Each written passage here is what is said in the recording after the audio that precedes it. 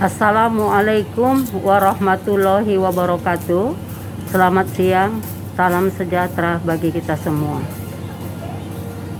Perkenalkan, nama saya Tuti Hairani Siregar. Saya sebagai guru bimbingan konseling di SMA Negeri 1 Dolok Batu Nanggar ini. Selamat datang kembali saya ucapkan kepada kamu, anak didik kami yang telah diterima di SMA Negeri 1 Dolok Batu Nanggar. Pasti kamu sekarang ini merasa senang dan bangga karena telah diterima menjadi siswa di SMA Negeri 1 Dolok Batu Nanggar. Bahkan orang tuamu juga ikut merasa senang dan merasa bangga karena kamu telah diterima di sekolah ini. Namun rasa senang dan rasa bangga kamu itu harus kamu barengi dengan memperhatikan kebiasaan-kebiasaan yang diberlakukan di sekolah kita. Kebiasaan itu termasuk tata krama dan tata tertib yang harus kamu lakukan di sekolah ini. Tata krama yang bagaimana saja sih yang diberlakukan di sekolah kita ini? Kamu harus lebih dahulu mengetahui apa yang dimaksud dengan tata krama. Tata krama berarti norma atau kebiasaan yang mengatur sikap, perilaku, sopan santun, dan disepakati oleh lingkungan tersebut. Misalnya, sekolah kita memberlakukan kebiasaan-kebiasaan. Apabila kita bertemu dengan guru, kita wajib memberi salam.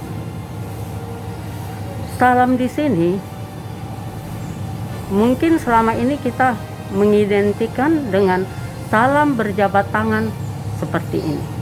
Namun di masa pandemi saat ini kita disuruh menjaga jarak. Kita tidak boleh bersentuhan. Jadi salam di sini artinya bisa dengan senyum, sapa. Salam bisa seperti ini. Mengapa ini diberlakukan di sekolah ini? Karena banyak kita lihat, banyak di antara kita siswa-siswa apabila bertemu gurunya, baik di dalam lingkungan sekolah maupun di luar sekolah, seolah-olah pura-pura tidak mengenal gurunya. Apakah dia merasa malu, takut, segan, dan sebagainya, sehingga dia tidak mau menegur gurunya.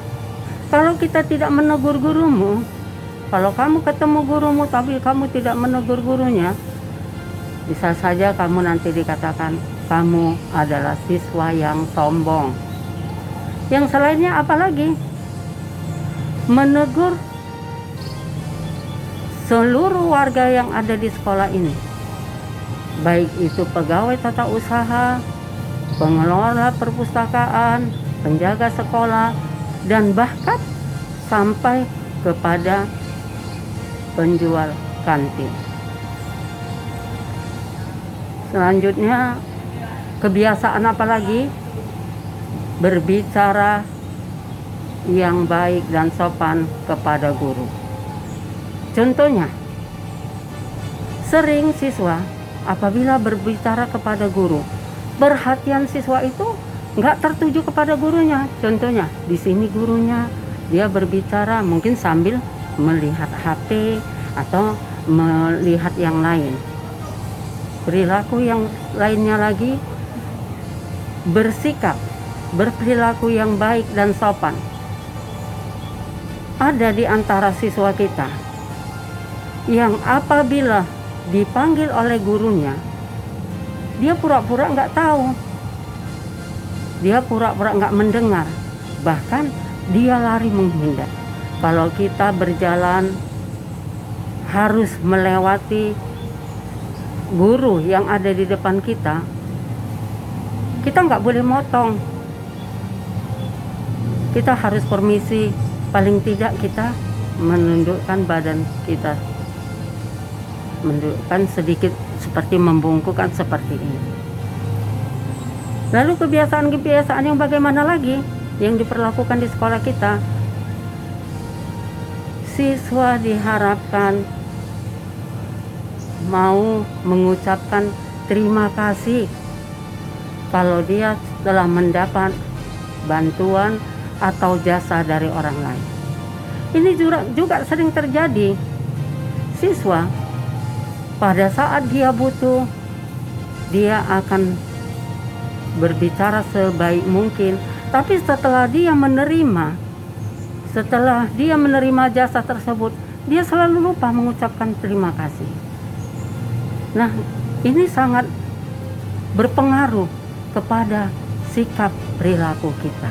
Perilaku yang bagaimana lagi? Mungkin masih banyak lagi perilaku-perilaku yang baik yang bisa kita lakukan atau kebiasaan yang kita lakukan di sekolah ini. Perilaku bagaimana kau bertanya, bagaimana kau bergaul, bagaimana kau berteman, berkomunikasi dengan temanmu, teman sebayamu, kakak kelasmu, dan lain-lain. Saya rasa untuk perilaku-perilaku yang baik, norma-norma yang baik, nanti mungkin ada beberapa yang bisa kamu ketahui lagi. Sekarang kita masuk kepada tata tertib. Yang dimaksud dengan tata tertib di sekolah yaitu peraturan atau aturan-aturan yang wajib ditaati dan harus dilaksanakan. Contohnya masalah kehadiran kita di sekolah maupun di dalam kelas.